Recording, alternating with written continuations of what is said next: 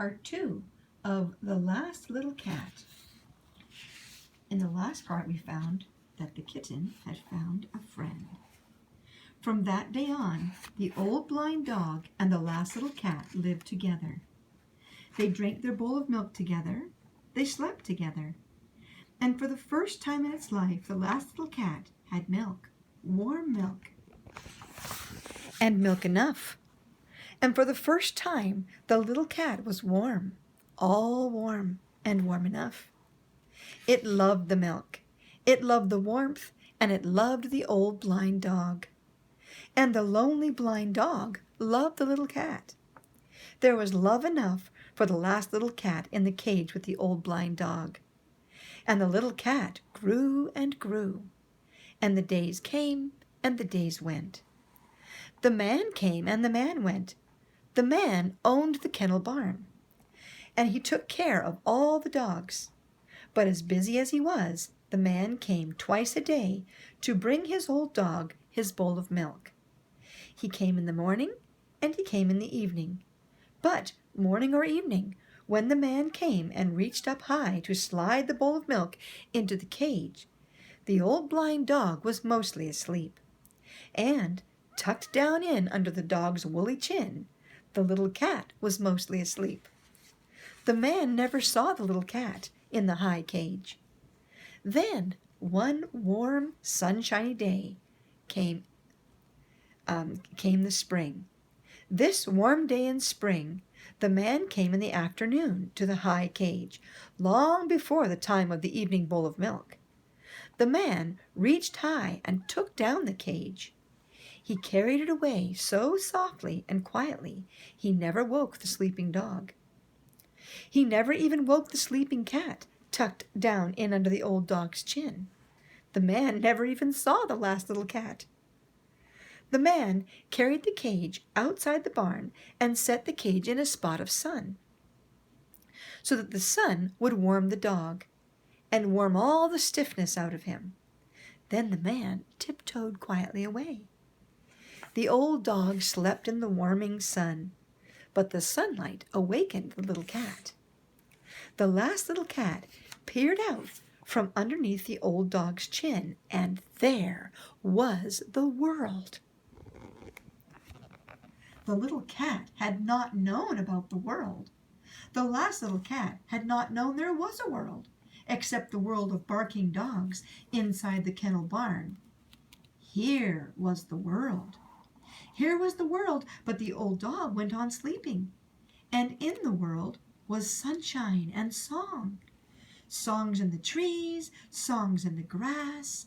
Oh, many songs and chirpings were coming up from the grassy field that stretched out from the kennel barn. The big field seemed all the world to the little cat. The last little cat left the sleeping dog, for out there was the world. It squeezed between the wire of the cage and went out into the world, and the whole world was as warm as a bowl full of milk. In the sunshiny big field, there were insect songs above the grass and in the grass, but the insects couldn't be caught. The big bees rumbled, but they wouldn't let themselves be caught by the last little cat. A butterfly flew far too high for the cat's highest, mightiest leaps with outstretched paws stretched high. But under the deep green grass was the mousy rattle of dry dead grass, and every dry, rattling mousetail stalk had to be stalked through the deep grass and pounced on and mauled and bitten to shreds. And all about the little cat, above the grass and in the grass, were bird songs and insect songs. And the sky was big, and the field was big, and the fun was big, and everywhere was sunshine. The world was as warm as a bowl of milk. And then the sun went down. The sun went down, the fun was done. The little cat was tired and hungry from all the fun. And the time for the warm bowlful of milk had come. The kennel barn rose up from the end of the grassy field. The barn was high and not hard to find. The little cat went back to the barn, for the time for the bowlful of warm milk had come. The barn rose high. The barn was not far, but by the time the last little cat had found the barn, and then the door to the kennel barn, the sun had long gone down.